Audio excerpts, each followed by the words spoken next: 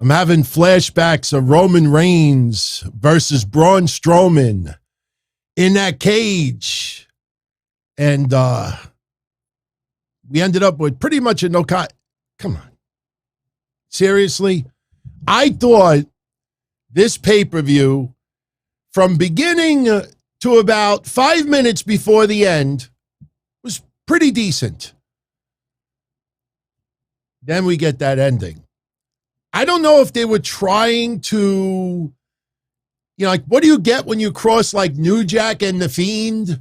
Like, the Demon's music hits and the smoke, so they could cover up the special effect of the ring just. I can't even defend that. That's like you're going on a date.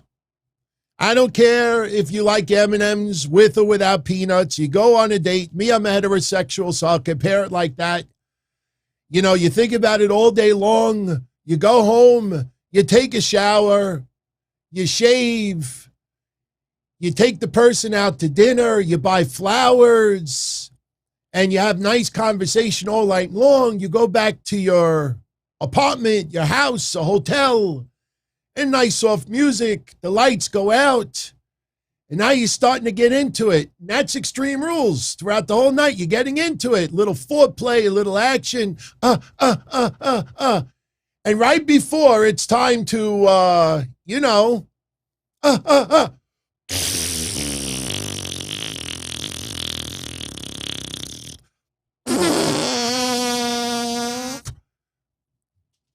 That was awful. That was fucking awful. Finn Balor. The ring, it just explodes. I thought it was dumb. I did get a kick out of Roman Reigns, though, putting on the mask when he goes around the fans. Now, if anybody remembers that time that I did a show in Spanish Harlem, and Mr. Big, if you somehow see this, and I know some of you out there, talk to Mr. Big, please, I will pay you for that footage. We did an indie show in Spanish Harlem in like 2000 and, I don't know, 6 or 7. And I managed Homicide and Reefer. And they took on Sandman and someone else. I can't remember who the other person was. And because it was Spanish Harlem, I went to the corner store and bought Lysol. And then I walked around ringside by the crowd. I just sprayed the whole area with Lysol because there ain't no way that I'm not going to sanitize myself being around people of Spanish Harlem. And the best part about it was after the show was over, everybody in the crowd, oh, great show, good job. I hope you're not mad. I hope you didn't take anything personal. Nah, it's just the show. Loved it. So anyway, good evening, everybody. This is your WWE. Now that's extreme. Not the shit that we saw on TV tonight. I made a little joke earlier today. For all of you out there that were like, where's all the extreme matches? Extreme Rules. Where's all the no DQs, TLC, Singapore Canes, blah, blah, blah, blah, blah. Maybe it's Nick Khan's fault. Maybe Nick Khan saw, what do we have tonight? Extreme Rules, which means we get extreme amounts of rules. How do you do that intro before the pay-per-view starts? Becky Lynch swinging the Singapore cane. Anything goes for one night only. Anything goes. Please. I'm trying so hard not to curse tonight.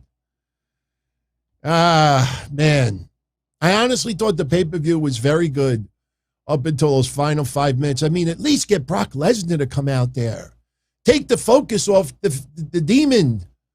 Take the focus off, oh, he hurt his leg. Why didn't the music play again? He would have popped right up. Man, I don't know.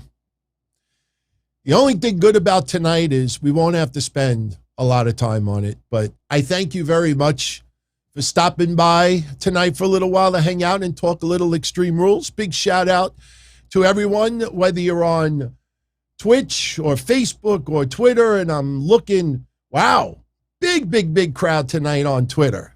Not everybody wants to chat. They just want to sit back, relax, and hear us give you straight up review of WWE Extreme Rules. Now, last night we destroyed Goldberg.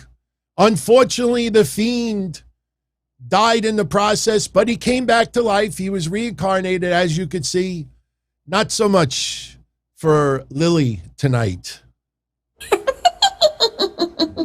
Oh, Charlotte. You ever hear that saying? You win and you also get the girl that not for nothing. Look at that picture. And for my audio only, I'm sorry. It's a picture of Charlotte holding up the championship and holding up the torn apart Lilly. She tore that ass apart tonight. Tell me that in this photo that doesn't look like 𝗦𝗫𝘂𝗁𝘀. I don't know. For some reason, to me, that kind of looks like 𝗦𝗫𝘂𝗁𝘀 tonight. I don't know why. But Charlotte beating Alexa Bliss. Hey, we got every match correct tonight. We predicted everything. I don't know what the match time was of Roman Reigns versus Finn Balor. Now, look, let me say this before anybody gets mad at me. It was a very predictable pay-per-view.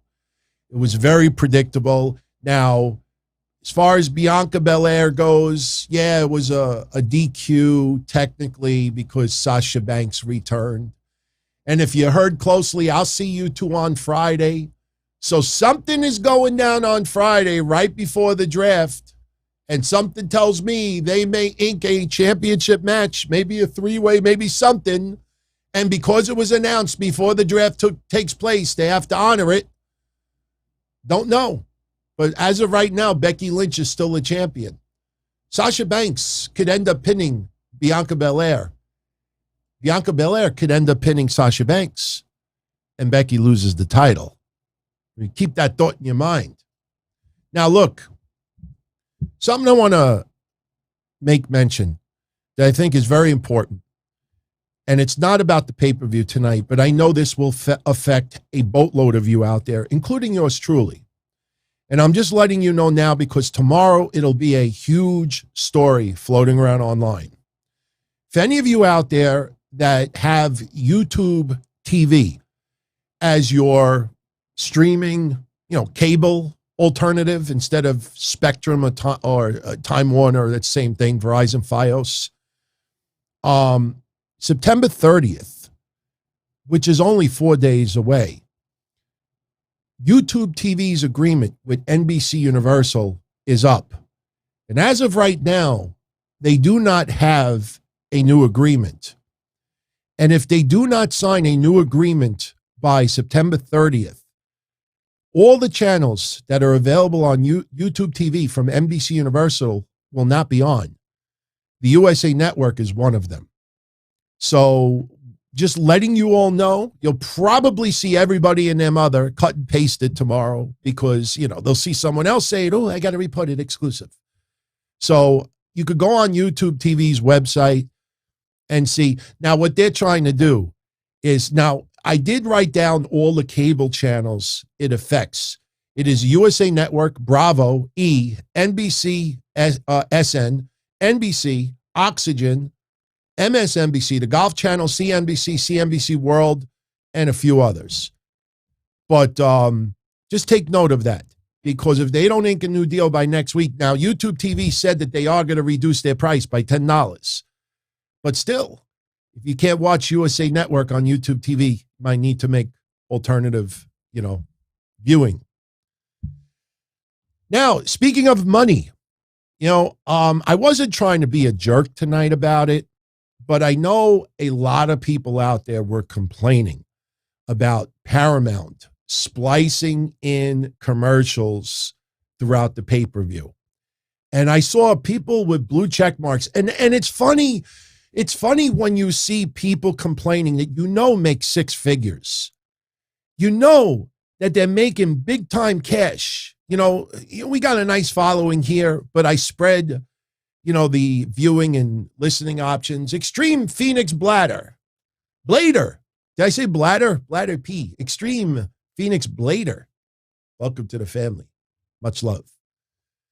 But I like these people that make crazy cash, but are trying to be cheapskates when it comes to Paramount TV.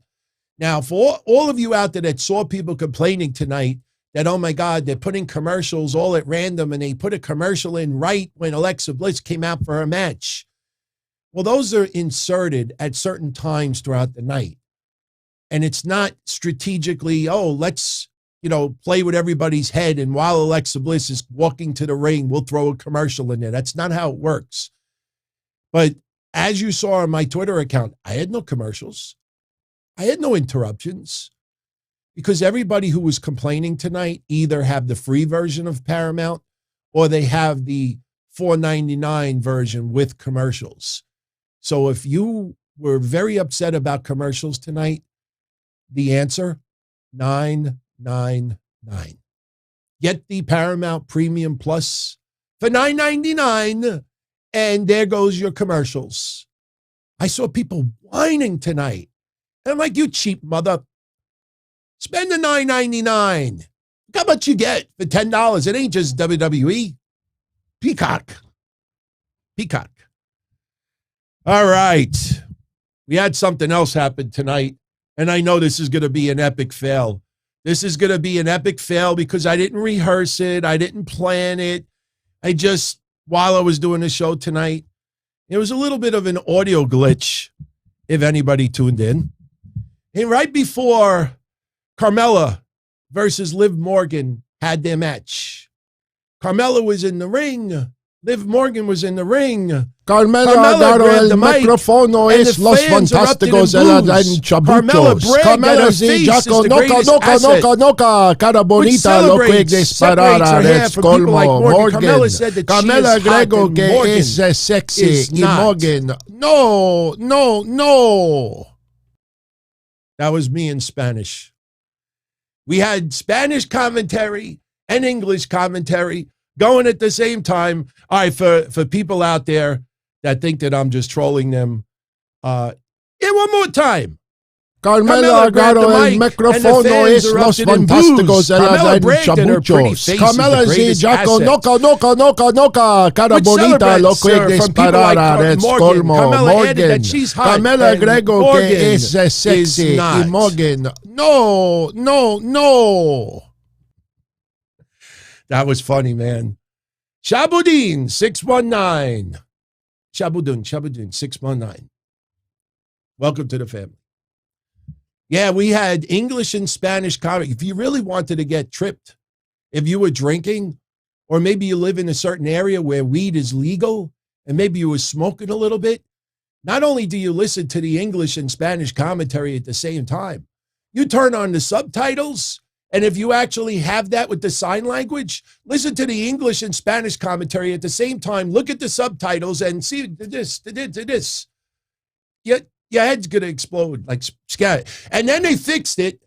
And then when it came back, we got the French commentators. That was funny. Look, mistakes happen. Look at this. Hey, everybody makes mistakes. Even Corey Graves made a mistake tonight. Right after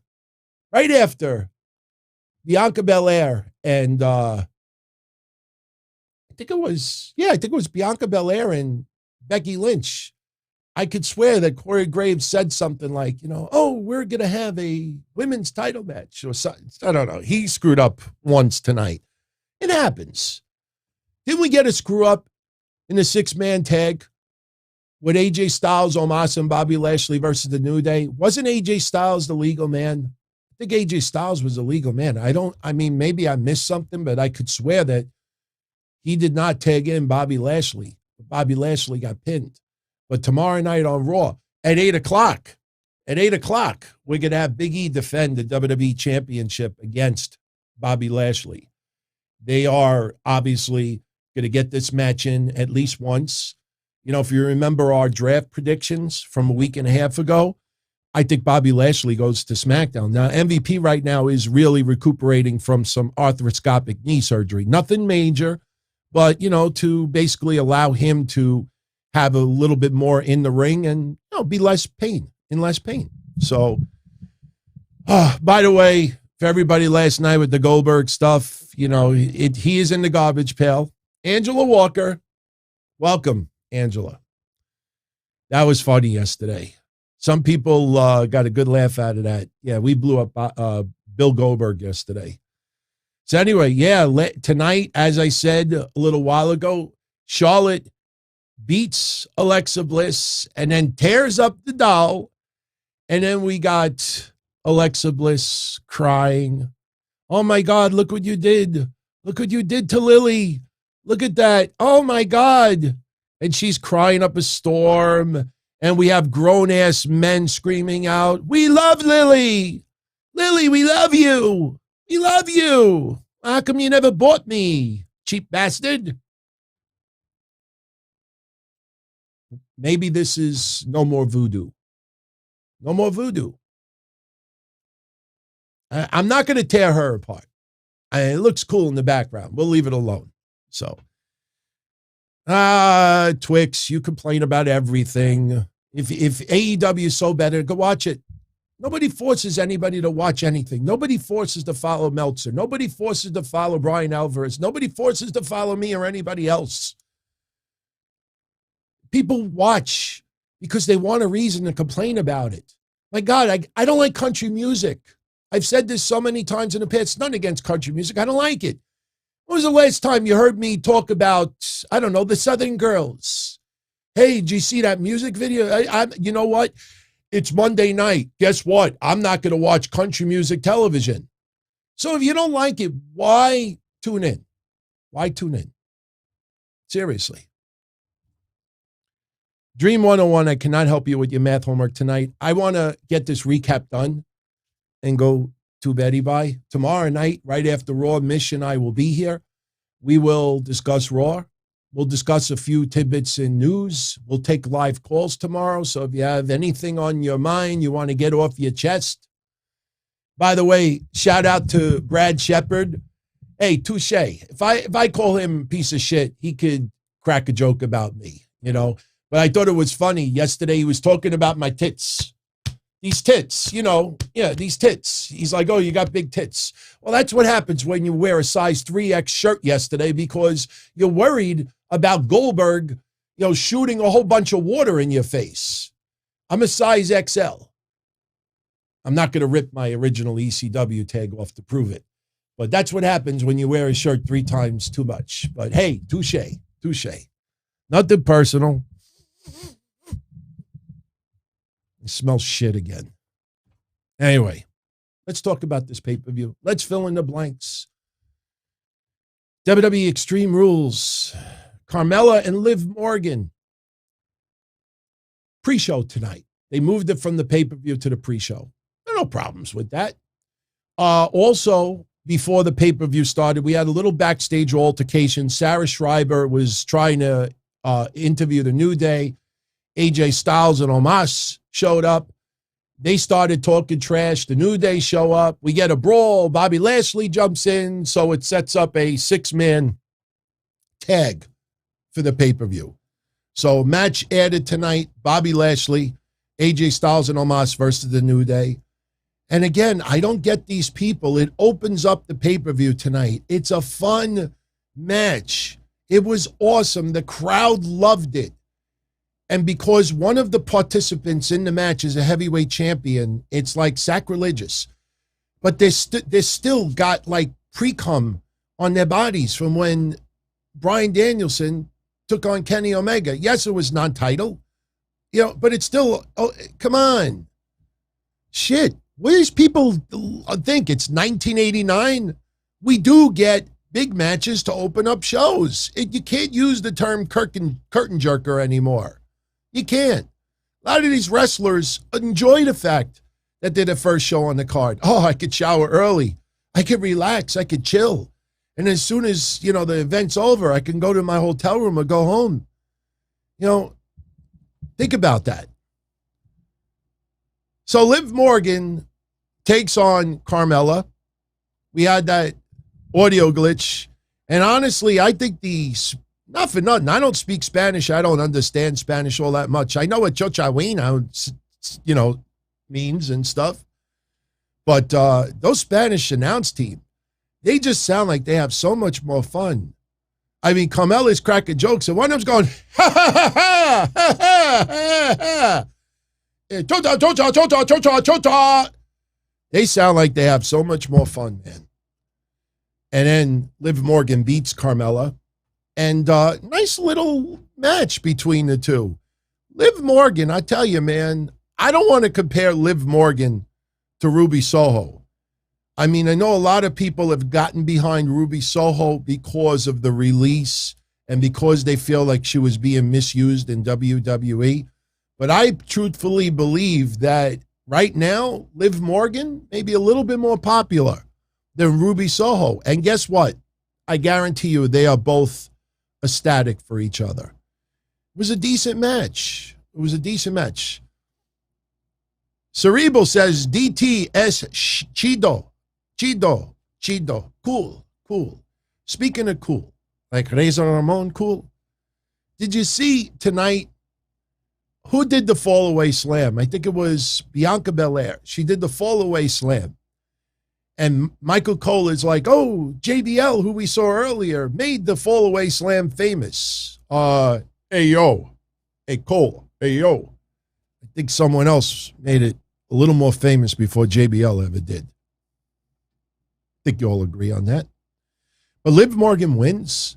Crowd is big time behind Liv Morgan. And look, I'm straight up with everybody here. I'm totally honest. It gets my mouth in trouble sometimes. And I am a fan of Liv Morgan. I don't know how far this sweetheart relationship between the WWE Universe and Liv Morgan goes as far as Liv Morgan with a championship opportunity. Because Liv Morgan, and please hear me out when I say this, in no way, shape, or form am I saying that Liv Morgan is not deserving of a championship. I actually believe that she definitely should have a championship. And the fans are behind her. It's organic. It's not forced. She has worked her ass off. People have taken notice. I remember back in the day, we would always compare her with Mandy Rose. Like, which one do we see progressing? And I remember people always saying, oh, it seems like Liv Morgan, you know, she really started to turn the corner. But in WWE's eyes, and it's something that I can't really explain, but you can sense, you know, if you really follow, you can many times sense when someone is really getting a push or someone's really getting elevated because WWE feels like they should go to the next step. I don't know if that's the case right now with Liv Morgan. You see Bianca and Sasha and Carmella, well, not even Carmella, but if you want to go Bianca and Sasha Banks, Becky Lynch, and then you got Charlotte, and Asuka should be back very shortly. I mean, you're talking 5 women right there, and then you got Rhea Ripley. I mean, there's a lot of names that she would have to leapfrog to get to the promised land. And with WWE splitting those top names across 2 brands, oof, that's going to be, I personally think, and I know some of you may agree, and I think a lot of you will disagree. I think Liv Morgan needs to align herself with another tag team partner, because I think Liv Morgan is much more likely to get a tag team championship run than to get a long-time singles run. Look at Nikki Ash. All right, she's tag team champions right now. Well, it's the same scenario. When Nikki Ash started getting pushed as the superhero, now I personally think Nikki Ash has turned the corner with the character in a positive way. In a positive way, no question. But when she was champion, we brought it up every single week that she would lose. Or if she won, there was some circumstance always surrounding it. You know, the only time I think she won that match clean wasn't it against Nia, and they played Nia's music anyway, even though she got the win. So I think Liv Morgan, I think tag team championship run is more likely, in my opinion. Ken Terminated by DQ. Shout out to Austin Nance. Austin answers the extreme mod. Yeah, and I think, look, I don't want to get Austin offended, but we're going to have to give the powers to someone also, because obviously Austin has a heavy plate sometimes. The haters show up. You know, as I wrote earlier, you know, here we engage without the rage. We opine without the wine. And we talk news. We have discussions without the hate and clickbait. I know they're little catchphrases, but it's true over here. And a lot of people just can't stand that. But so I will be offering the powers to someone else soon. We'll keep Austin as well. Not taking it away from Austin. He's done a pretty good job. Speaking of pretty good jobs, I want to give a shout out to the family. And by the way, I have the Q&A uploaded. It's all online. I have it scheduled to release tomorrow afternoon. I was going to release it earlier today, but with everything going on with the predictions contest, not only here and on Patreon and preparing for the show and getting stuff, I said, okay, I'll do an Monday afternoon release. So you'll see that release tomorrow automatically. But shout out to these very special people. I will shout out our channel members later on. But shout out to these great people. And we'll have the winner of the predictions contest announced by tomorrow. I don't think it's going to be that difficult. I think in many cases it's going to come down to the tiebreaker tonight. But so Liv Morgan gets the win. Very deserving. And she impressed. She impressed. You know, it's one thing to get a lot of fan support. And it's also another to start backing it up in the ring. I just don't know how she ends up in a storyline feud with Becky or Bianca or Sasha or Bayley or Charlotte or Rhea. I think we got to get a tag team partner for her. I know some people don't like that, but I think that's probably her easiest route to a championship right now. Unfortunately, we don't have an intercontinental championship for women. It's the truth. Oh, you know it would help? Of course it would help. If I did this. There we go. All right. We had the New Day defeating Bobby Lashley, AJ Styles, and Omos. What a fun opener to the actual pay-per-view. Crowd loved it. I thought it was excellent. I tell you, you know, the draft is this coming Friday. And, you know, my original predictions, I went with Bobby Lashley going to SmackDown. Obviously, tomorrow, Bobby Lashley is going to take on Big E to open Raw. Now, if Bobby Lashley happens to stay on Raw, are we possibly going to get a little feud between AJ Styles and Bobby Lashley? Or are we going to possibly get a feud between AJ Styles and Big E? I don't know which one might be the more likely scenario. But man, tonight, they seem to really be toying with that idea of AJ Styles and Bobby Lashley going at it in the near future. In fact, like I said, I wouldn't be surprised if AJ Styles gets involved in that opening title match. Does that lead? Are we going to get another cluster screw-up finish tomorrow where AJ causes the DQ and then we get Adam Pearce at Sonya Deville? No. That's not how this is going to end tonight. The main event will be AJ Styles versus Bobby Lashley versus Big E. I would not be surprised if that's what we end up getting tomorrow night. Will not be surprised. But tonight, Xander wants to see AJ Styles versus Finn Balor again. Yeah, I wouldn't mind that. It's got to make sense, though. And AJ and Omos are still a tag team. My problem is, where do you go right now with Finn Balor? I don't remember if I chose Finn Balor to go to Raw. I think I might have. I don't have it in front of me, the predictions from the draft. But I think I said Finn Balor to Raw because I don't know where you go from here with Finn Balor. I really don't. I mean, the NXT stuff ran its course. He seems to be the one that alternates brands. And you know what? Him versus Riddle would be awesome.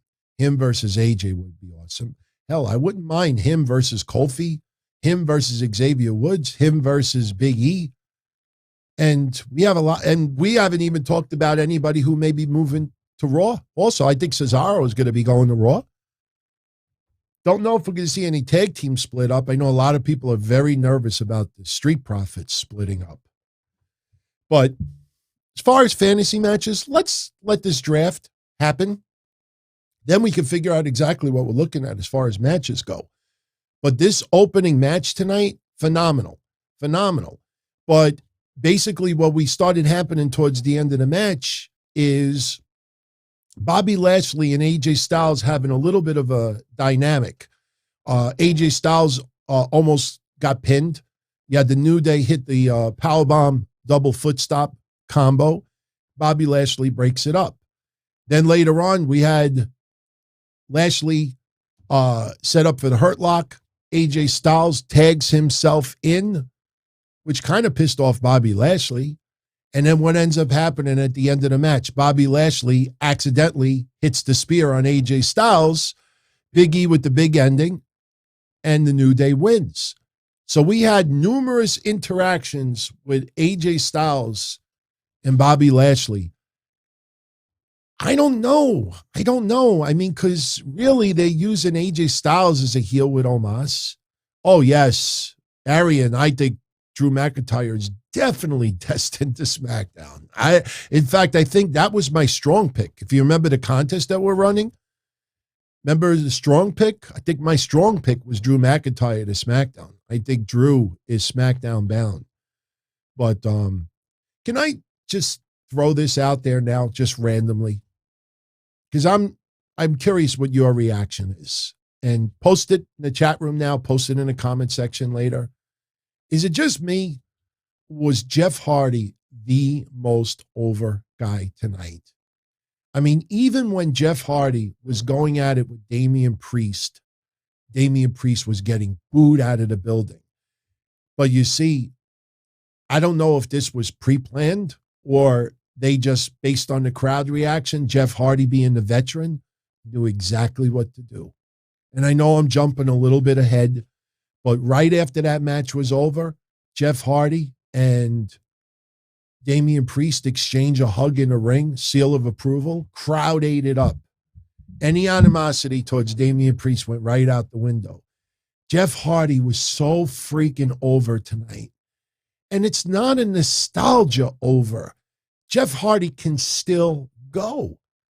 And I tell you, it's a tough thing to say these days, but back when I was a very young wrestling fan, you would have certain wrestlers that were so popular, they didn't need a championship title. The first person that comes to mind for me was Jimmy Snuka. Jimmy Snuka in the early 80s, 83, 84, mostly 83, I would say.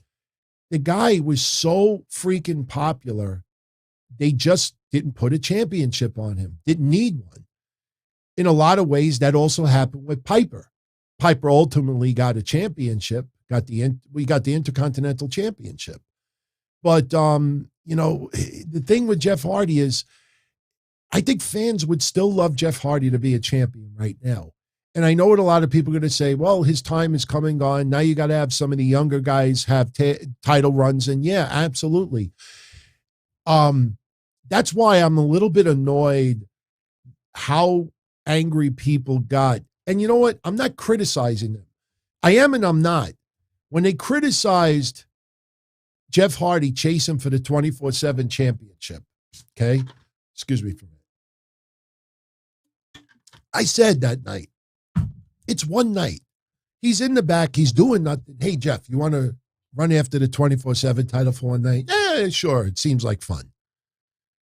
And people lost their shit online.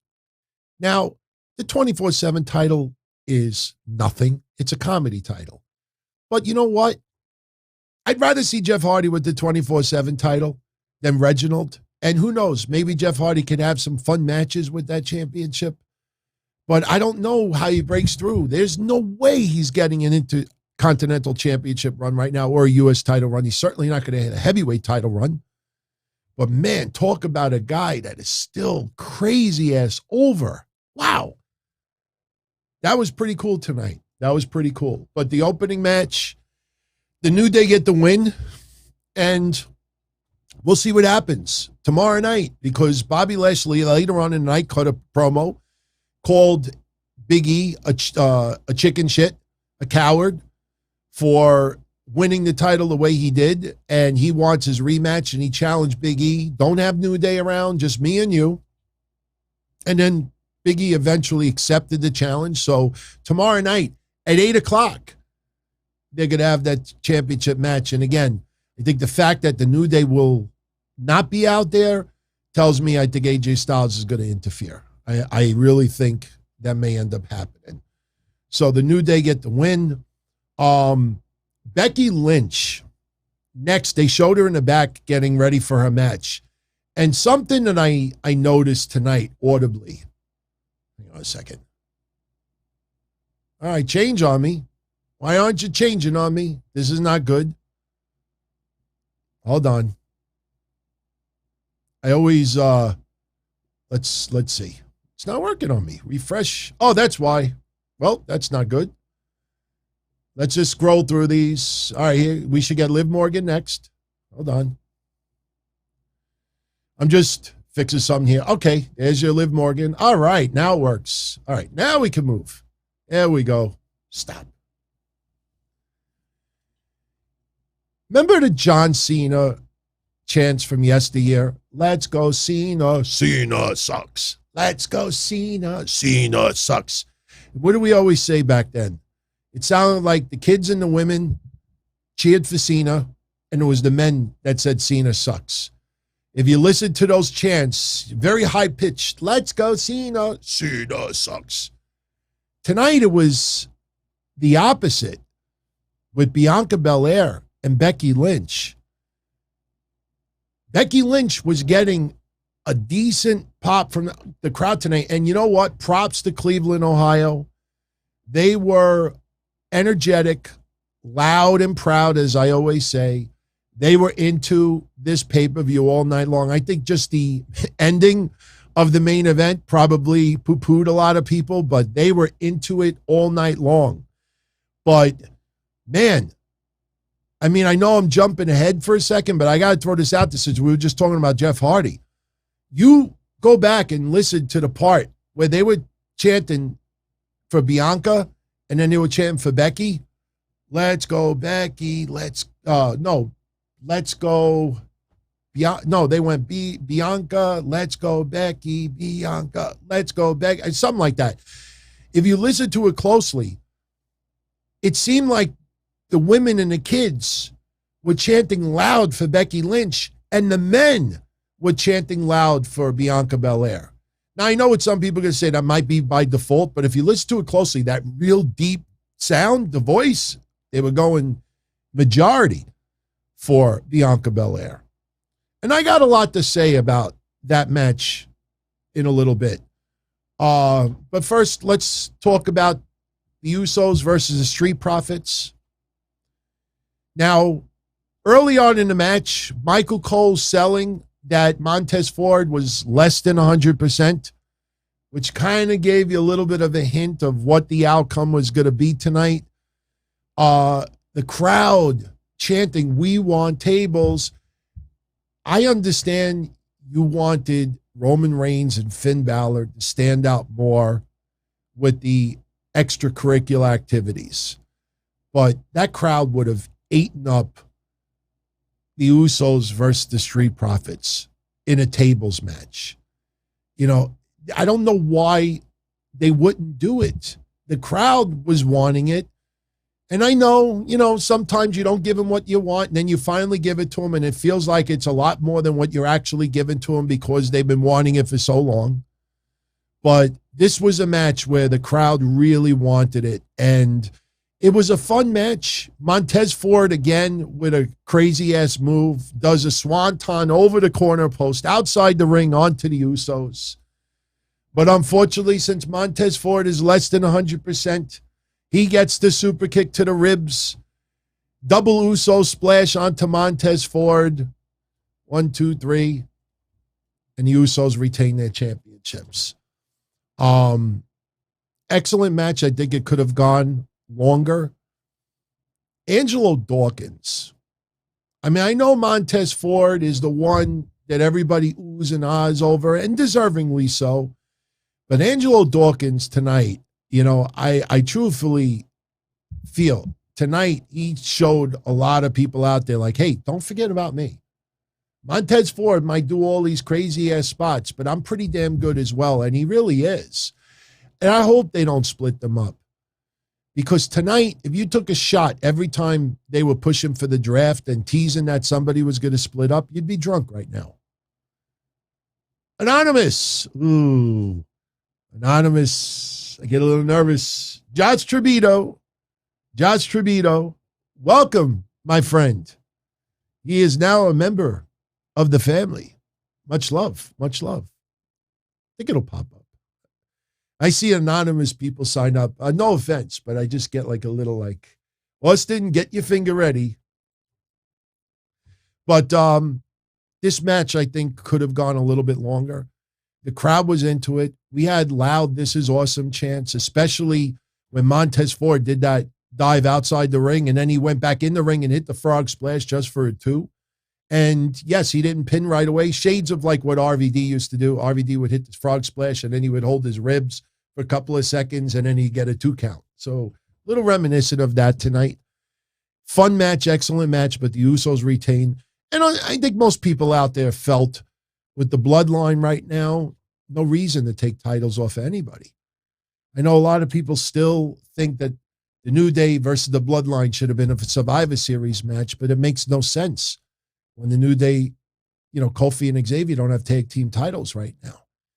And, you know, anything could happen with the draft, but a lot of people are very, very concerned about WWE considering splitting up the Street Profits. My gut feeling is WWE does not split them up. Early on in the New Day's run, we used to think that they were going to split them up, and then they would do interviews like, we'll never split up. I mean, there was always talk Big E would branch out and become a champion.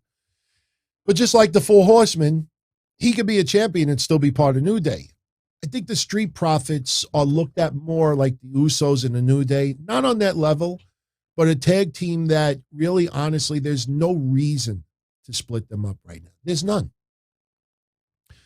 You know, Heavy Machinery is a little bit different, a lot lower on the food chain. And Tucker, with all due respect, you know, as soon as they split him up, you know, no matter how many times he tried to tweet the world like, you know, oh, you'll see. Yeah, you will. You'll see. You know, everyone will see that, you know, I think he was just trying to psych himself up. But, you know, and just look at it like this. He's in such high demand. I haven't seen any promotion pick him up, you know? So I feel bad for the guy, but I don't see the Street Profits in that jeopardy. But crazier things have happened. Happy anniversary, Rofe. 5 months. He is a member of the family. Very, very cool. Very cool. Next. Let me tell you all something.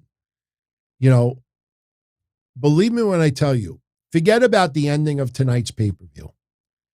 We always, at the end, we give our rating of the pay-per-view, and then they say most favorite, most liked match, most favorite, least favorite. I got to be totally honest with you. I haven't thought about what's my least favorite or most favorite match yet. When I'm done with the review, I'll give you a spur-of-the-moment choice. But as of right now, I cannot say that Charlotte versus Alexa Bliss was my least favorite match tonight. I can't say that. Alexa Bliss versus Charlotte was a hell of a lot better than I expected it to be. I mean, yes, Charlotte miscues was a lot of what led to Alexa Bliss's offense. Charlotte goes for the moonsault. Alexa Bliss gets her legs up, and then Alexa Bliss hits the Canadian Destroyer. All right, so there was moments like that all throughout the match. It was more of Alexa Bliss capitalizing on Charlotte's miscues. that's what the story should be. That's what it should be. I mean, Alexa Bliss, honestly, the last match she had, as far as pay-per-view goes, was SummerSlam against 𝗵𝗵𝘁𝗶𝗵𝗵𝘁. So was this Alexa Bliss's biggest challenge so far to date? I mean, she's had title runs before, but this might have been arguably her most important match to date, because the whole, playground stuff, it's, look, I got a liking to the Lilly doll and everything. It just looks like a cool thing. I hated the voodoo stuff.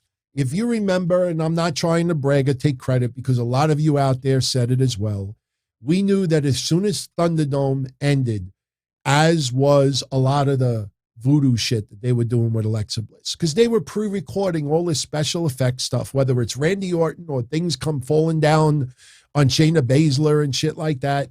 And you knew once Thunderdome was done and they were going to be in front of live fans, it was going to be really, really, really hard, to get anybody, to buy a lot of that voodoo stuff. Hell, when they did the Lilly blinking on the Titantron, everybody looked at the Titantron because you got this big Lilly head on the screen and the thing blinks. And you didn't have anybody in the crowd say, no, I was looking at the turnbuckle and she didn't blink. No shit, it's a freaking doll. But you knew at some point some of this was going to come to an end. Anonymous, best match, U.S. title, worst match, Charlotte. Okay, if that's how you feel, absolutely. I mean, there's no wrong answers. There's no wrong answers. But I tell you, at the end of the show, I might end up saying that about these two, but I got to be straight up. I mean, it would be wrong for me to say that match sucked. You knew you weren't going to get a 4-star match. You knew you weren't going to get even a 3.5-star match. You get what you get. But this Alexa Bliss character, it's reached a turning point. I mean, everybody and their mother has been saying for a while, the playground stuff has just run its course. She's very lucky. She's very lucky. And we've talked about this before. Alexa Bliss is very lucky that the "We Want Wyatt" chants have calmed down. And it's calmed down because, people see that, Alexa Bliss was not out to hurt Bray Wyatt. The Fiend got released, and there's that mutual support. And I think people saw beyond that. And they also felt, look, Alexa Bliss is a popular wrestler in WWE, even if a lot of people feel she doesn't wrestle all that great. But you look over the years in wrestling, not everybody has great matches. But I think fans just realize, like, hey, we could give heat to WWE. We could get pissed off at Vince. We could get pissed off at Bruce Pritchard. We could get pissed off at a lot of people in that company. But it would be wrong to take out Bray Wyatt being released out on Alexa Bliss. And it's one thing, look, I would love to see the Fiend back. A lot of people are thinking that in Rochester for AEW, Bray Wyatt could be making his return, and maybe is the leader of the Dark Order. Zandalian, welcome to the family, my friend. Much love. You can't see my hands right now, but welcome to the family. 5, 4, 3, 2, 1. Welcome to the family. Hey. But so I'm glad that the fans have lightened up on Alexa Bliss. It wasn't her fault. It's not that WWE looked at Alexa Bliss and said, oh, she does the playground better than Bray does the funhouse. Bullshit. The amount of merchandise that Bray Wyatt sold on his own was freaking incredible. And I've been saying it for a long time now. I was running contests on Patreon when I used to have prize walls. And towards the very last year and a half that I was doing prizes, I can honestly say more than half of the prizes, everybody would choose Bray Wyatt stuff. I got these Bray Wyatt Funkos. I already gave away 5. And still people say to me, hey, man, I can't buy it online. You know, do you have any more? Give some away, this to that. That's why when the head broke yesterday, I was like, oh, fuck. But then I was like, we got more. But Alexa Bliss did a great job tonight. Did a great job. Charlotte gets the win, though. I don't think it should have gone any other way. But, you know, Charlotte, once again, after the match is over, she tears Lilly apart. Now, it would have been funny if WWE would have done a little special effects with the laugh. Now, unfortunately, I don't have equipment where I could distort the laugh right now, but they should have put this over the loudspeaker. And they should have like manipulated the sound. Like that would have been, that would have sucked. Let's be honest. If they would have been like, or if it would have screamed, you know, no, that would suck. Forget it. Hey, scratch. Ignore I said that. Yeah, Lilly dying laugh. Come on. It would be like, you know, actually it would have been great if Charlotte laughed. She should have done the laugh. But yeah, I agree, Austin. It would have been corny. Forget I said that. That was just spur of the moment brainstorming, and yeah, that would have sucked. I noticed this looks neon. Doesn't it look neon? This is my original shirt. I got this shirt about, 25 years? This is from like 1996. No, I think 1995, 96. So Charlotte gets the win. After the match is over, she tears apart Lilly. And my God, we could have had another match for the amount of time that Alexa Bliss and, you know, look, when you're acting, I never went to acting school, but I've talked to people when I used to try to do the managing stuff in wrestling, and some people that were into like acting, they would give me little pointers and stuff like that. Luckily, I've never needed to cry, but what people have said is that when you need to do a crying scene and it's live, a lot of people will tell you to think of a loved one or a pet that is passed that you are very, very close to. And believe me when I tell you, I'm not going to do it now because I'm going to force myself not to think about it. But there's been many times on these shows, more on the Q&A stuff, where I'll talk about my dog and I'll get extremely choked up.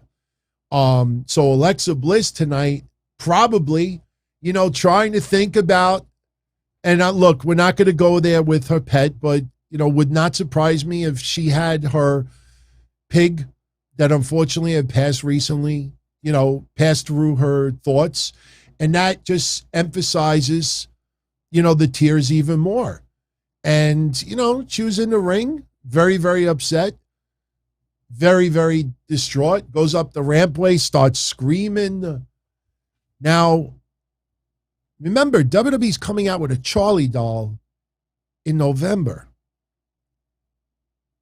Could Charlie possibly be Alexa Bliss's new doll and not Charlotte's? Because I have somebody that works within WWE that's sending me a bunch of Charlie dolls once they're made. They're not made yet.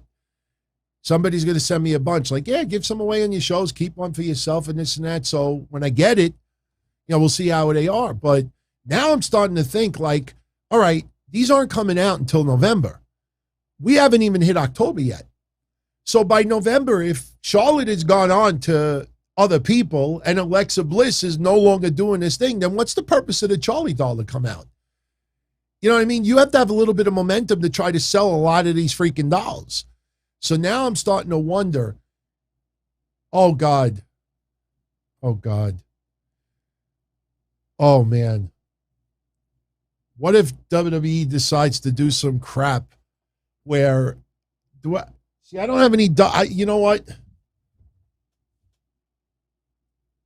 I don't have the ink. So I won't stain it. But now I'm starting to get little ideas. Do you think there's a possibility that Alexa Bliss starts coming out with Charlie? Because they already have at least one doll made up of Charlie. I know she ripped the head off and all that, but what if she comes out with a Charlie doll and starts doing this? And then we get some hokey, stupid shit where Alexa Bliss is in the back, Charlotte's in the ring, and Charlotte like this. Oh, my God. Please, WWE, please do not turn Charlie into a voodoo doll. Because I could picture in the back, Charlotte's in the ring, and Alexa Bliss goes like this, and Charlotte's like, we're going to get another Damian Sandow out there. Oh, God, no, please. Please, no. No, no, no, no, no. John Blaze says that would be dimes. That would be dimes. Well, we'll see. Just thought of it. I don't know if I want to see that. But like I said, I give Alexa Bliss credit. She actually had a decent match tonight. She didn't. The match was not that bad, and I'm just being honest. This match, a lot of fun. The outcome was expected. Damian Priest, absolutely zero reason to take the title off of him right now. Damian Priest is on momentum, and you know, WrestleMania was quite a while back. It's just that they had him so embedded with the Miz and Morrison for so long that, you know, it's been so many months, and now he's finally getting an opportunity to break out. But tonight, man, now Sheamus broke the nose again and was wearing the mask again. He did the Alabama Slam during the match, and the mask popped off. So there was a little bit of concern. If you notice, they were, you know, give credit to Damian Priest and Jeff Hardy when it comes to the interaction with Sheamus, especially if after the mask came off. They were very, very careful to avoid the face. And look at the outcome tonight. Fruit roll-up. Damian Priest with the fruit roll-up on Sheamus. So, you know, probably not the way we wanted the match to end, but still a really fun match. And Jeff Hardy, like I said earlier, Jeff Hardy was by far got the loudest, not even just the pop coming out, but the chants during the match, you know, let's go Hardy, let's go Hardy. And even when, you know, we see a lot of times you'll get a heel and a baby face still exchange punches in the middle of the ring, and you'll go, boo, yay, boo. And that happened with Damian Priest and Jeff Hardy tonight in the crowd. They weren't going, yay, yay, yay, yay. No, they were booing Damian Priest.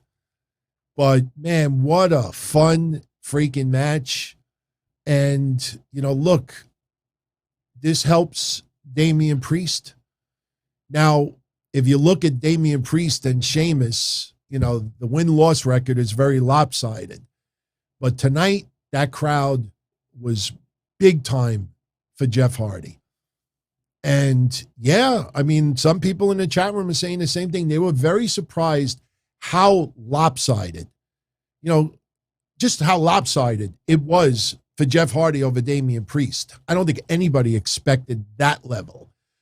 That's why I say to myself, thank God Karrion Kross didn't face Jeff Hardy the second time around in Cleveland, Ohio, because that would have been almost nuclear heat. By the way, remember what I said about give Karrion Kross 3 weeks?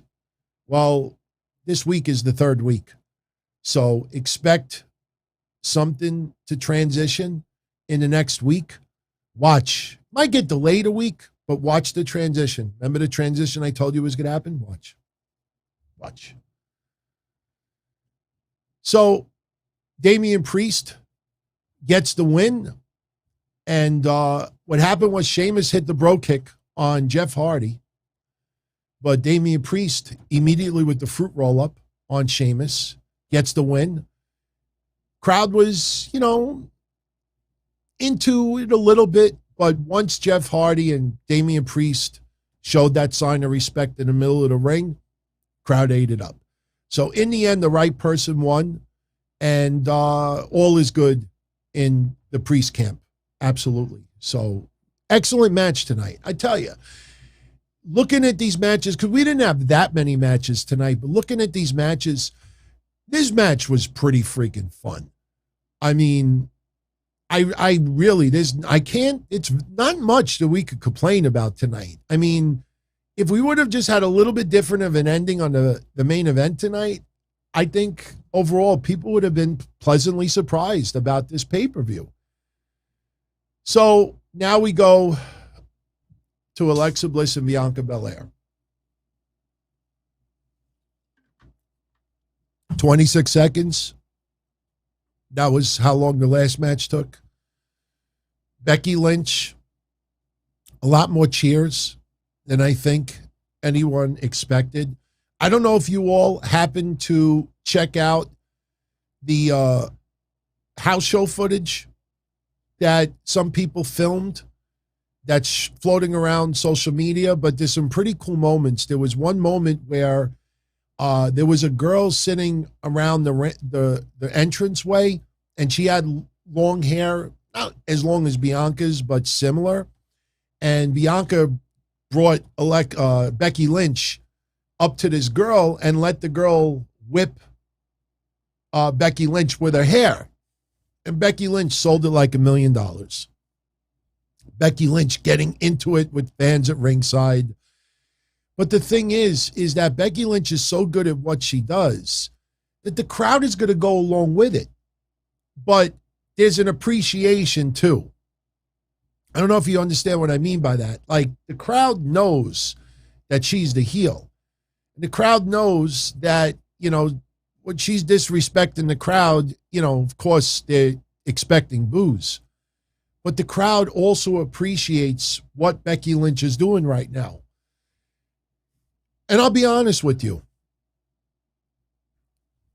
My prediction was for Bianca Belair to win. And she did win. I did not think it was going to be a DQ. There was so much uncertainty about Sasha Banks when she was going to return. There was rumblings she was going to return at the draft. There was also rumblings that she'd be announced on the draft and then return the following week. There was a lot of uncertainty if she was going to appear tonight.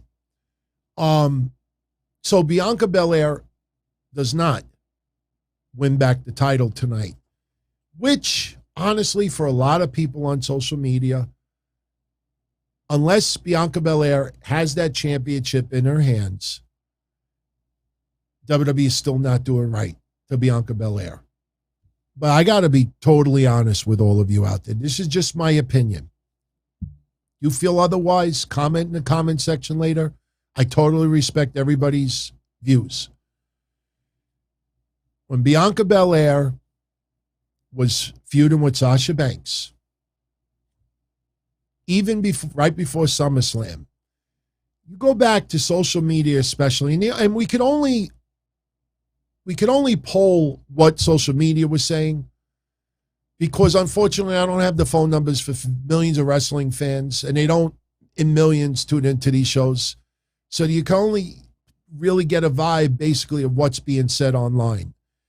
And a lot of people were saying that Bianca Belair's reign since she won at WrestleMania has been very stale, that we even talked about it, just too much of the, that she doesn't let bullies get to her, but when she was feuding with Bayley, all she would talk about is the bullying stuff. And this is not Bianca Belair's fault. This is WWE's fault, because this is where they wanted to go with the storyline.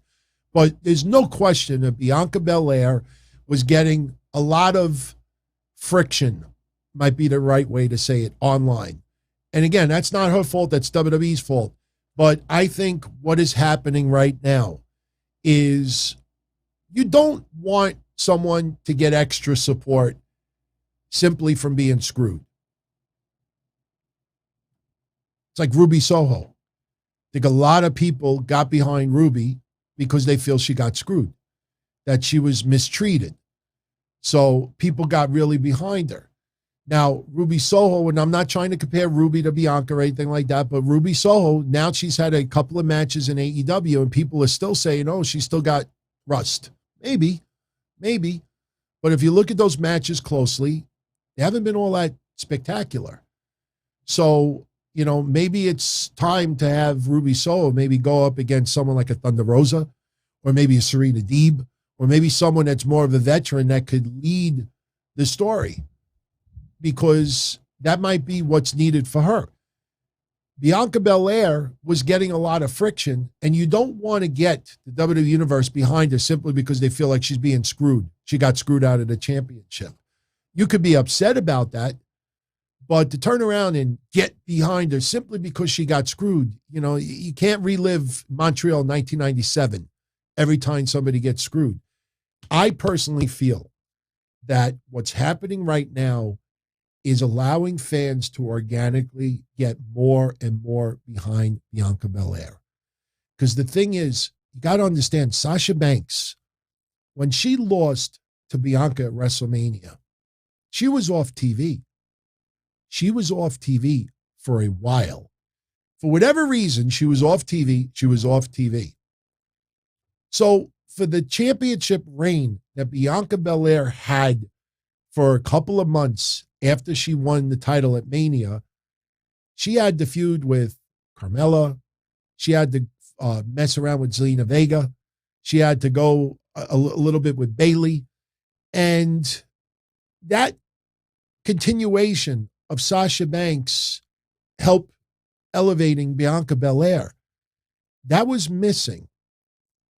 And then Bianca Belair at SummerSlam is supposed to take on Sasha Banks, because now Sasha Banks returned. Sasha Banks attacked the shit out of her. This was right after those awards. You remember that award that they received for the WrestleMania moment or whatever it was, or the WWE moment of the year.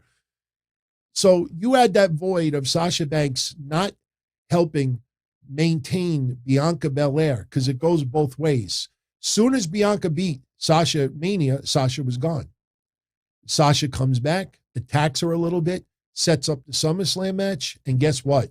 Sasha is gone again.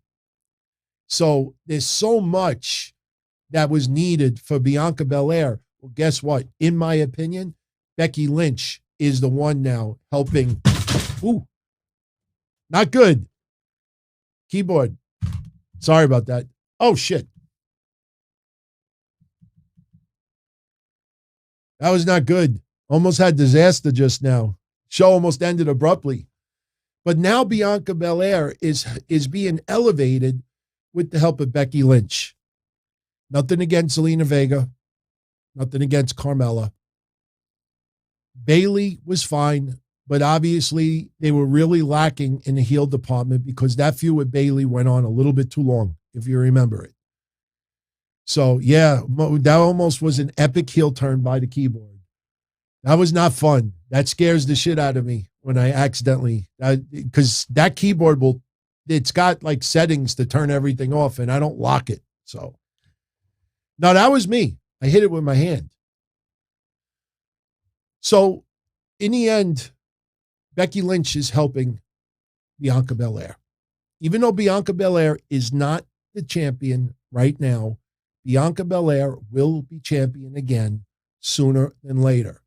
And when Bianca Belair regains that championship, Bianca Belair will be in a much better place than where she was a couple of months ago.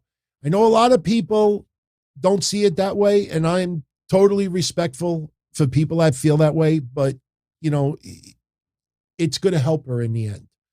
Because once you get to a certain level, it's very, very difficult to get put back down.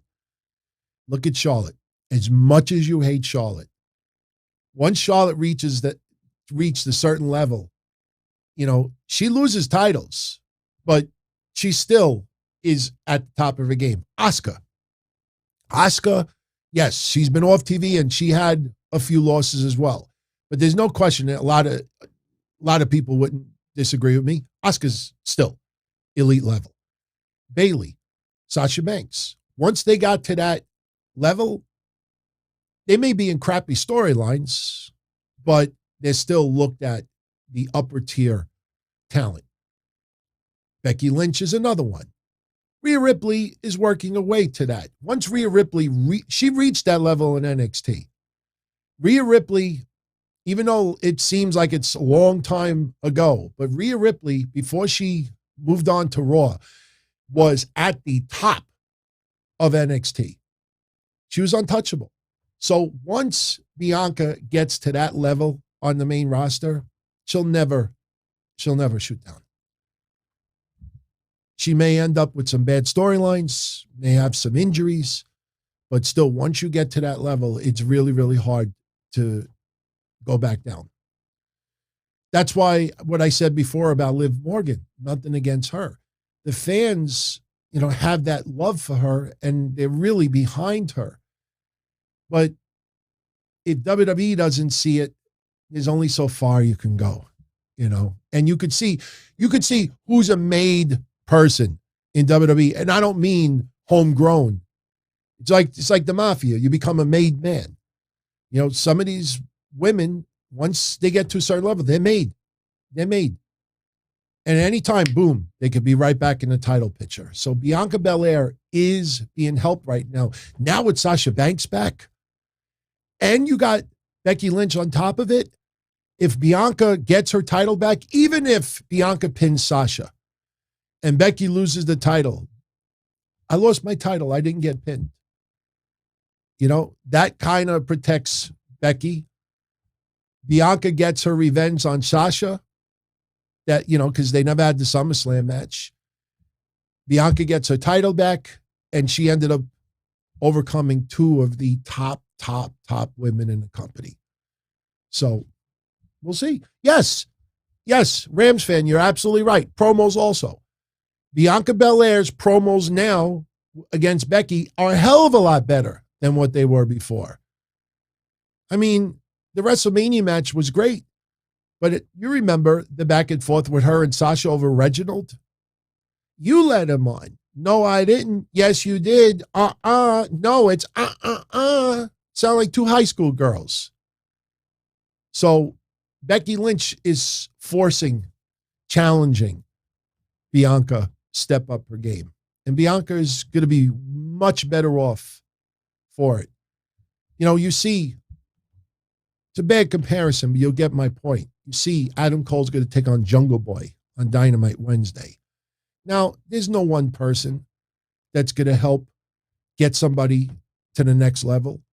But if you look, some of these wrestlers who have faced Jungle Boy, even when Jungle Boy loses, you could feel like FTR helped a little bit, but you see a little bit working these bigger names. In the end, you benefit from it. And right now, Bianca Belair is benefiting from Becky Lynch. But tonight, Bianca wins, but she doesn't get the title because at the very end of the match, Sasha Banks makes her return. She attacks Bianca for the disqualification, and we see a little bit of a stare down with Becky Lynch and Sasha. It looks like that they're going to be, on the same page until Sasha attacks Becky Lynch as well. And you hear audibly Sasha Banks say, "I'll see you Friday night." So we'll see what's announced. It's logical. It's got to be a three-way for that championship. Who knows? We may get that three-way on Friday. Could very well happen.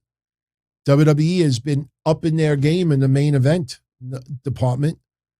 Some of you could say, oh, that's because of AEW. I also feel it's because to make up a year and a half of COVID and having live fans and giving live fans, top shows. Again, in the end, we all benefit from it.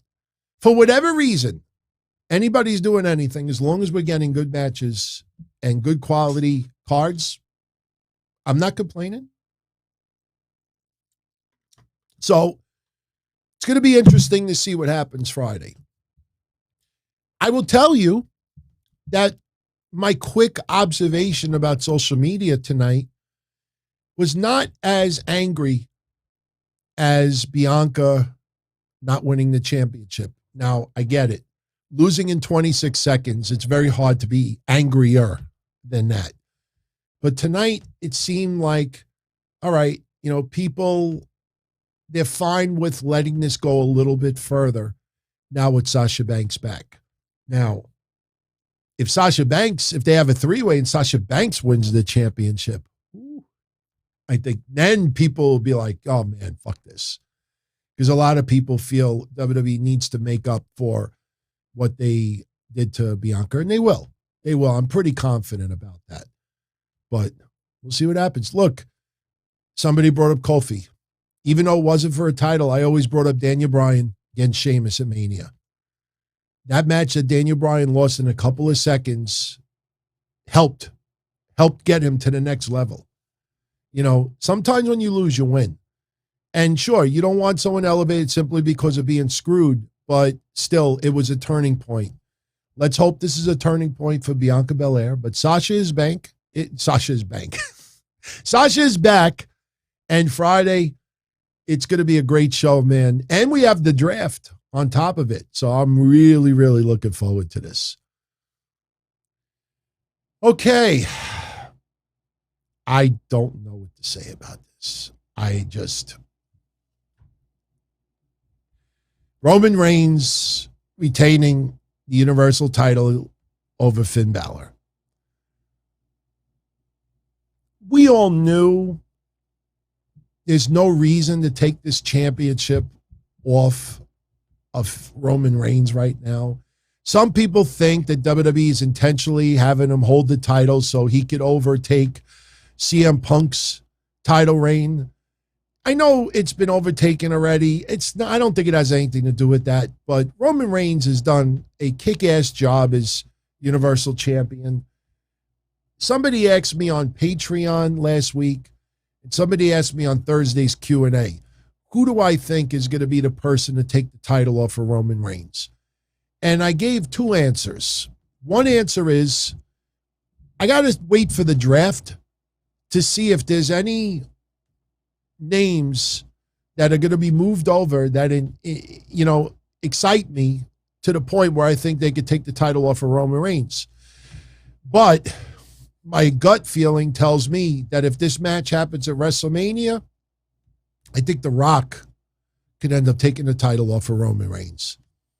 It's just a matter if The Rock is going to hang around for a little while. I don't know. It's just thinking way ahead. But right now, for the present, nothing against Finn Balor. Anybody that follows my shows knows how much I am a fan of Finn Balor's. Jesus Christ. I mean, I got Finn Balor autographed stuff like hanging around everywhere. This is, one of like tons. When early on with Patreon, I can't tell you how many Finn Balor signed NXT titles I gave away. Finn Balor, I absolutely love his ability. He's still at the top of his game. I know a lot of people fantasize him in AEW now, which you have that right because you want to see matches. But Finn Balor facing Roman Reigns, unfortunately, is what, if there's any kink in Roman Reigns at all, there's any kink, it's what we've been saying for the last year. A lot of his feuds just felt a matter of fact. I don't know if that's the right way to put it. Like when he feuded with Jey Uso, we knew that there was no chance Roman Reigns was going to lose in that feud. When he feuded with Kevin Owens, it was a good feud, but in the end, you knew who was going to go out on top. He feuded with Kofi for a little bit. He feuded with Edge. Daniel Bryan was okay, but there was just a lot of interaction with Roman Reigns that just felt like, I don't know, it just felt like something's been lacking. A lot of his feuds, something's been lacking. A lot of the names just feel like they're just thrown in there. And Finn Balor, as much as I love Finn Balor's work, like I just tried to picture one step ahead. Okay, if Finn Balor becomes Universal Champion, now what? And now what? Like, who does he feud with next? What happens to Roman Reigns? And I'm looking at that and I'm saying to myself, it just feels just thrown together. It just felt thrown together. So one thing that we've been saying for over a year now is because Roman Reigns has been so great at what he's been doing, we don't mind the matches. We just want them to be good. So we don't care what the outcome is because we always knew what the outcome was going to be of these matches. We just hoped that they were good. And most of the time, the matches have been excellent. Tonight, they had a great match. At one point, they brawled into the crowd, and as you could see, Roman Reigns puts the mask on. You know, I know some people would get insulted by it, but look, man, you look at Roman Reigns, even with his family, and he's got older, you don't want to take that chance. I mean, I've had the vaccine 3 times. I got 3 shots, and I still have to be careful because there's no vaccine in this world that is 100% foolproof. You get a flu shot, you get shots for other things, you get shots when you're kids. None of that is 100%.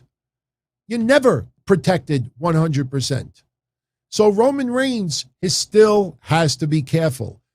But putting the mask on, I think, was more for a lot of people as taken as an insult. Like, what am I, toxic? What, am I going to get you sick? Like, yeah. But no, it does both. It does both.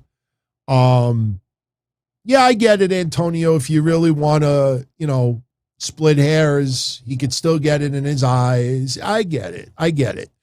But, the visual of him putting a mask around people, some of it is for health and some of it also is for storyline. When I said earlier about that indie show I did many years ago, I sprayed right around the crowd area with Lysol. I walked around ringside and I just sprayed above everybody's heads. And then I showed them it was a can of Lysol. And some people wanted to tear my head off. It was in Spanish Harlem. And just look up the ethnicity, the majority in Spanish Harlem. I mean, I could have gone terribly wrong, but thank God everybody was cool after it. But that gesture, some people take it personal. Roman Reigns putting on the mask, some people took it personal. And they brawled. Crowd loved it. Back and forth. Usos try to interfere. At this point, now I'm thinking, okay, is Brock Lesnar going to come out? Is Brock Lesnar? My thought was maybe Brock Lesnar takes out Roman Reigns, takes out Finn Balor, and then storms off. And then maybe Brock Lesnar, leaves the arena, inside the arena. He walks off to the back, and the match ends, but Roman Reigns squeaks it out. Even if he just puts his arm over Finn Balor. I thought Brock Lesnar was going to take everybody out. We got no appearance from Brock Lesnar whatsoever. I expected, after the match was over, after that god-awful finish, I said, okay, now Brock Lesnar's music going to hit. Because Roman is walking up even my fiance said to me, why is he walking up the rampway so slow? I said, he always walks that slow.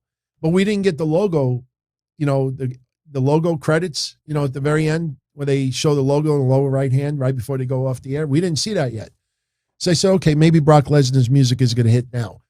Get everybody's attention off of Finn Balor as quickly as possible. Brock Lesnar's music doesn't hit. And then we see the logo and it goes off the air and I'm like, how do you screw that up? How do you screw that up? I mean, I understand WWE is more theatric. It's more presentation. It's more art. It's more visual. It's more, a lot of graphics. It's a lot of sometimes sci-fi. At least we didn't have Extreme Rules, the horror show from last year. At least we didn't have Seth Rollins rip out an eyeball this year. Remember last year? I'm talking about eyeballs being ripped out of people's heads. But what ends up happening tonight is the Usos try to get involved. They try to interfere. Finn Balor ends up taking out both Usos, puts one of them through the announcer's table, and Roman Reigns immediately spears Finn Balor through the barricades. And the crowd is chanting, holy shit, holy shit, holy shit, and it's freaking awesome. And they're both laid out.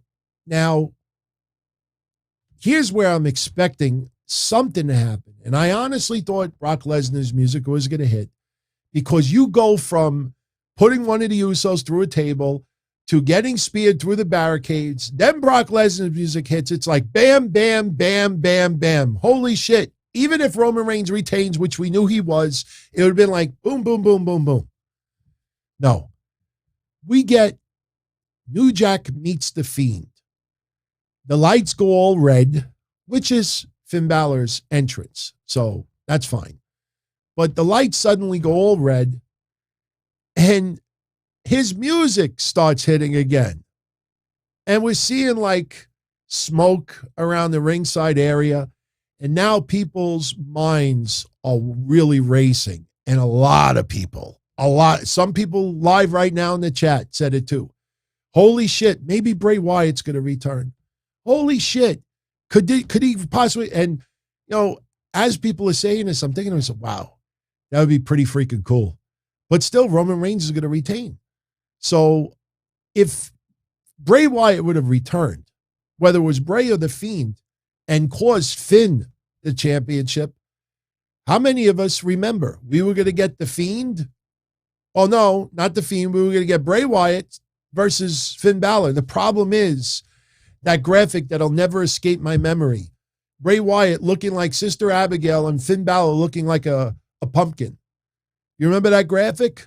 Oh, God, I want to throw up right now. But if Bray Wyatt would have returned tonight and caused Finn Balor to win, and this leads to a feud between The Fiend and the Demon, I think people would have ate that shit up. But we didn't get that. We get the building goes red, Finn Balor's music hits, and it's like one of those Undertaker, you know, like when he re-energizes, like he's laid out on the ring, and he'll be just laid out, and it'll be like,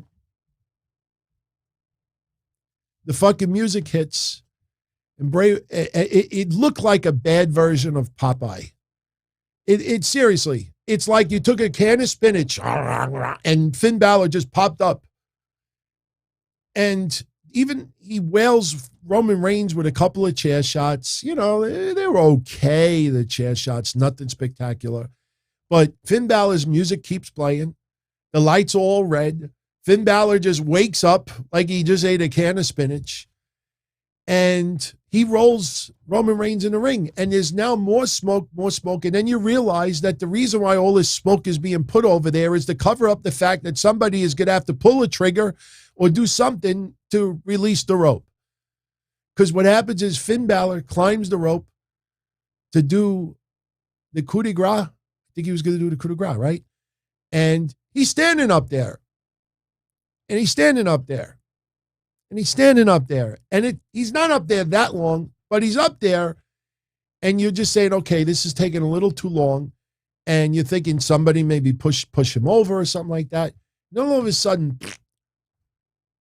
big wet fart. The top rope breaks. Finn Balor, he goes tumbling down. And I don't even know what to say, man.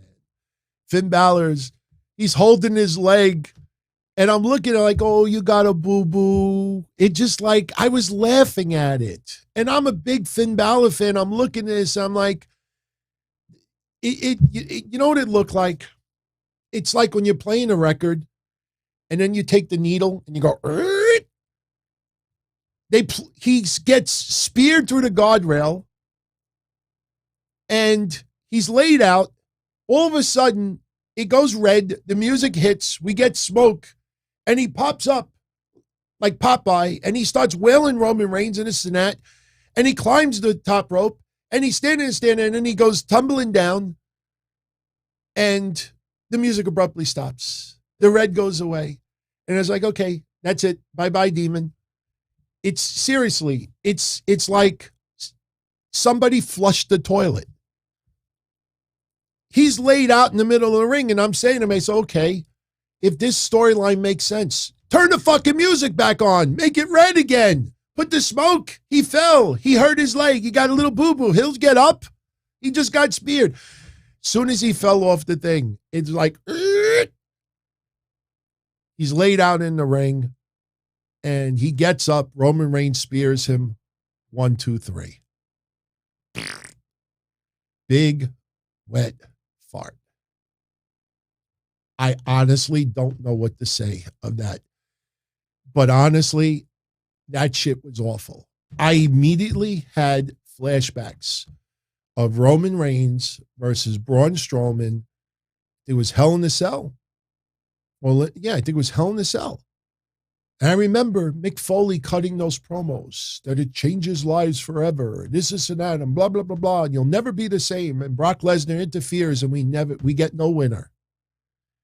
And I always talked about that time. You look at the ratings before that night and then 5 weeks of ratings afterwards, and you could see a whole bunch of people legitimately. I mean, look, you get people all the time. I'm never going to watch WWE again. Yeah, right.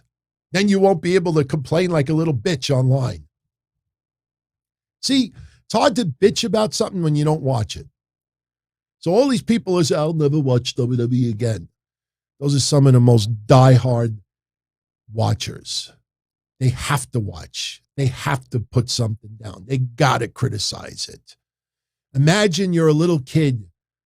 Your mom gives you like, I don't know, Brussels sprouts. But nobody forces you to eat the Brussels sprouts. Your mom says, oh, you don't like it? Give it to daddy. Daddy will eat them. And what do? You go to school the next day. It gave me Brussels sprouts. And then what happens the next day? It gave me Brussels sprouts. What the fuck you keep eating the Brussels sprouts for if you don't like them? Your mother said you don't have to eat them. Give them to the dog. Throw them down the toilet. Give it to your father. Nobody's telling you to eat it. Why do you keep eating it? Because you want to complain to your friends how much they suck. These are grown-ass adults, people, and these are podcasters that do it because that's their livelihood. But you as wrestling fans, you make the determination. Will I continue watching WWE after this? Yeah, absolutely. Am I still a Roman Reigns fan, a Finn Balor fan? Sure, absolutely. But, it gets really, really hard to comprehend. And I'm being honest right now. I can't, for the life of me, picture somebody in the back saying, hey, let's just have the ring collapse for no reason whatsoever. Nobody did it. There was no Usos. There was no Paul. There was no Brock. There was nothing. It happened. I can't picture somebody in creative saying that without laughing. Hey, how are we going to have Finn Balor lose without, hurting his character? We have to have some type of a bullshit finish. What is his finisher? Oh, he climbs the top rope and he stomps his opponent and then he gets his pin. All right, well, we have to climb the top rope, but if we have anybody push him off, then he's got to go after that person that pushes him off. So what if he just fell? Well, if he just falls and looks like a klutz, it's going to hurt Finn Balor's character. But what if we just have like the ring collapse for no particular reason? I can't picture somebody saying, like 𝗵𝘁𝗏𝗵𝘁𝘀𝗀. Like I can't just picture somebody in the back saying, yeah, let's do that. Yeah, good. I can't wait to see everybody's faces. Can you imagine the people? I just can't picture somebody with a straight face in the back saying, yeah, man, that's the way to go. Yeah, that protects his character. He won't be hurt. This is that. Blah, blah, blah, blah, blah, blah. What are we going to do? On SmackDown, we're going to see some GTV footage that there's some mystery button in the back? Are we going to have the fuck out of here, man? That was bad. That was bad. I know Xander. I give you props, Xander. He brings up the table collapsing on Montez Ford. See, the problem is, and I know where you're going with that. Maybe somebody rigged the table to hurt Montez Ford. Maybe somebody rigged the ropes to hurt Finn Balor. The problem is that you can't assume that Montez Ford was going to run across the table. He doesn't do that in every match. You know, and you look at Montez's Ford. Look, if that was staged, Montez Ford wouldn't have looked at it like, he would have sold it. He would have fallen down like Bobby Lashley, and he would have limped on his knee, and he would have acted like he hurt himself. But he looked at it like, what the fuck just happened? I know, it was God. It was God that did it. I don't know, man. That was just a real bullshit way to finish this night. And again, we go through all these matches, and up until that last 5 minutes of the pay-per-view, I honestly thought this was a decent pay-per-view. Is it a pay-per-view I'm going to remember a year from now? No, not really at all. I mean, other than maybe Lilly getting teared apart, not much I would remember from this night. But for, having Peacock paying $9.99 commercial-free a month and getting this pay-per-view, it's not bad. It got my money's worth. I wouldn't spend $30, $40 for this shit, but for $9.99 and I get to watch other shit, I got my money's worth. The last 5 minutes, though, like I said earlier, all day, you take a shower, you shave, you put your money together, you think about nice things, you put on cologne, you buy flowers, you take the person out to dinner, you have a nice conversation, you lie to them, you tell them sweet nothings that make them giggle and blush, and then you go take a nice drive, you look at the sunset, maybe you go by the beach and listen to the nice water, then you say, hey, I got to stop by my house for a minute, I got to feed my cat that doesn't exist, and I say, hey, you want to come in for a minute while I go take care of the cat? And then you let the person in the house and like, hey, you want something to drink? And it's then, hey, let's watch something on TV. And then you get a little, together and you start kissing a little bit. And then maybe you get a little foreplay. And then you're like, holy shit, I got this person undressed. And then you start going at it and everything like, oh my God, I haven't gotten laid in 20 years. Blah, blah, blah, blah.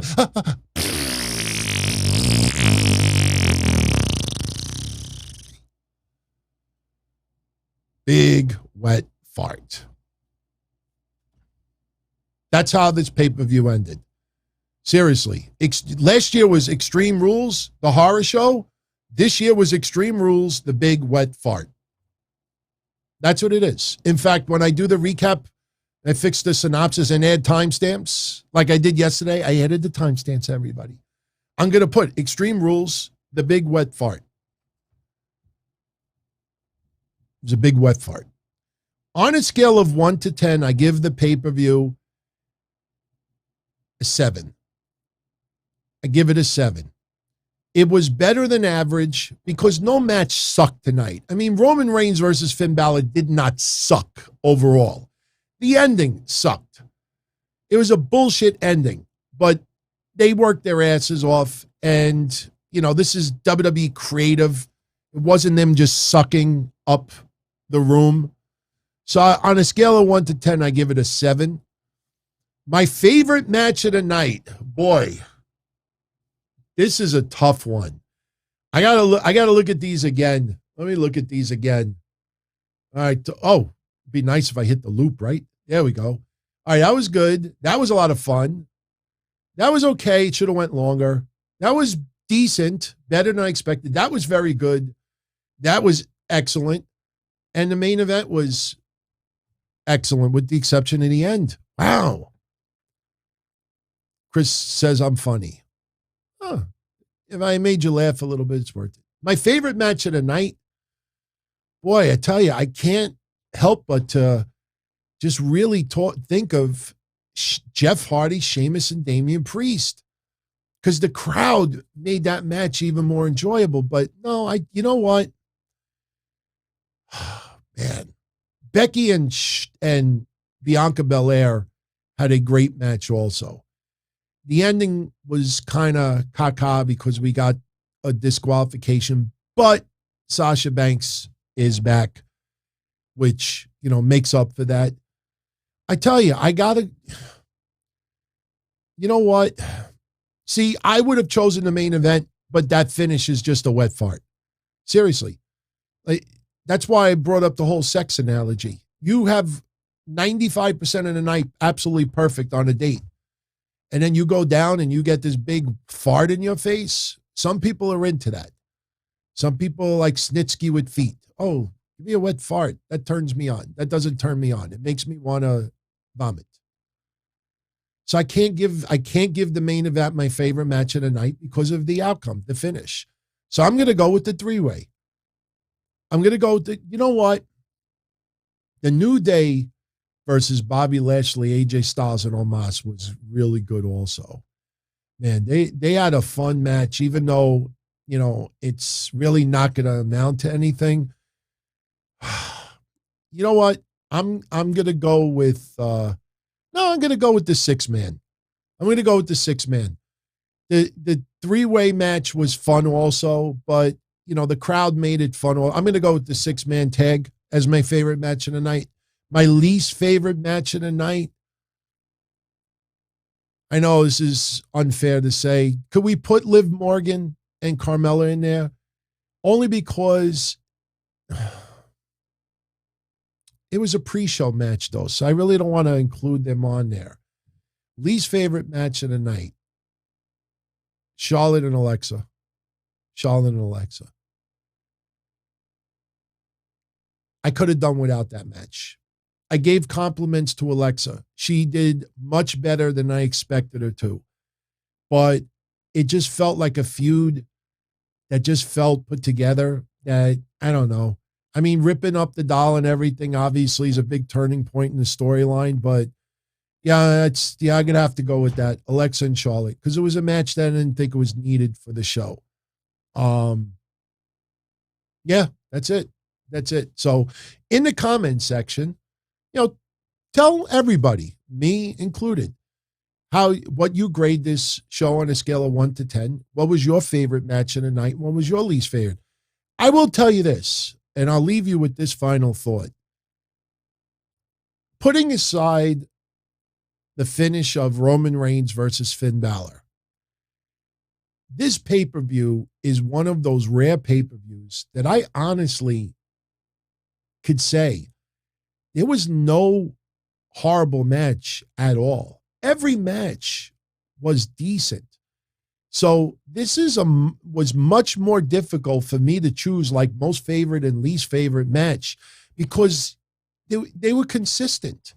They didn't make any big-time memorable moments out of it, but they didn't stink up the joint either. So having each match delivering in some way is a compliment. Still, though, there were too many people that were not on this show, which is why I also give it a 7. There were quite a few names that were not on this show that I think should have been. But let me know what you think. And that's pretty much it. So, guys, gals, it's been fun. On the way out, if you wouldn't mind, smash that like button. And I will be back here tomorrow night with Mish. We'll recap Raw. We'll take live calls. So if you have anything you want to talk about as far as the pay-per-view tonight, you know, you'll have the opportunity to call in tomorrow. And we already did our predictions for the draft. So there's really no reason for us to get into that again. If you haven't checked out that episode, please do. It was a pretty good show. In fact, when I go like this later on the replay, you'll see the link for our predictions for the draft.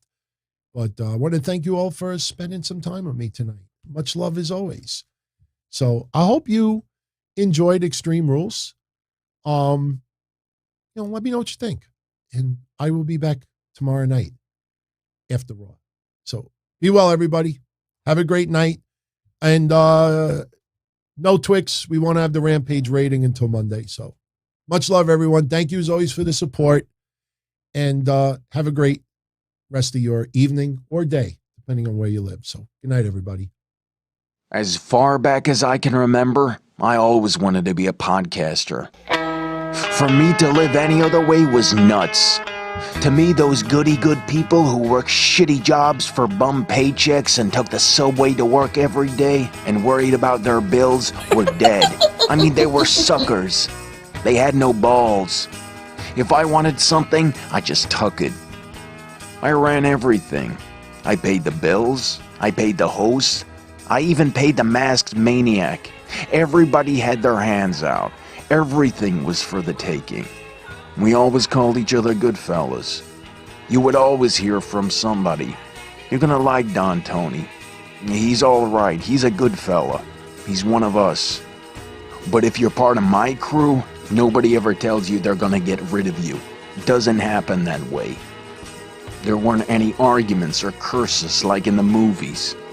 See, your haters come with smiles. They come as your friends, the people who've claimed they care the most for your life. And now that's all over. And that's the best part. Today everything is different. There's lots of action. I don't have to wait around for everything like everyone else. Oh, I didn't get the vaccine? Fuck you, vaccine me. Oh, your delivery guy has COVID? Fuck you, feed me. Right after I moved here, I ordered egg noodles and ketchup, and I got spaghetti with meat sauce. I'm no longer an average nobody, while they get to live the rest of their lives like a bunch of schnooks.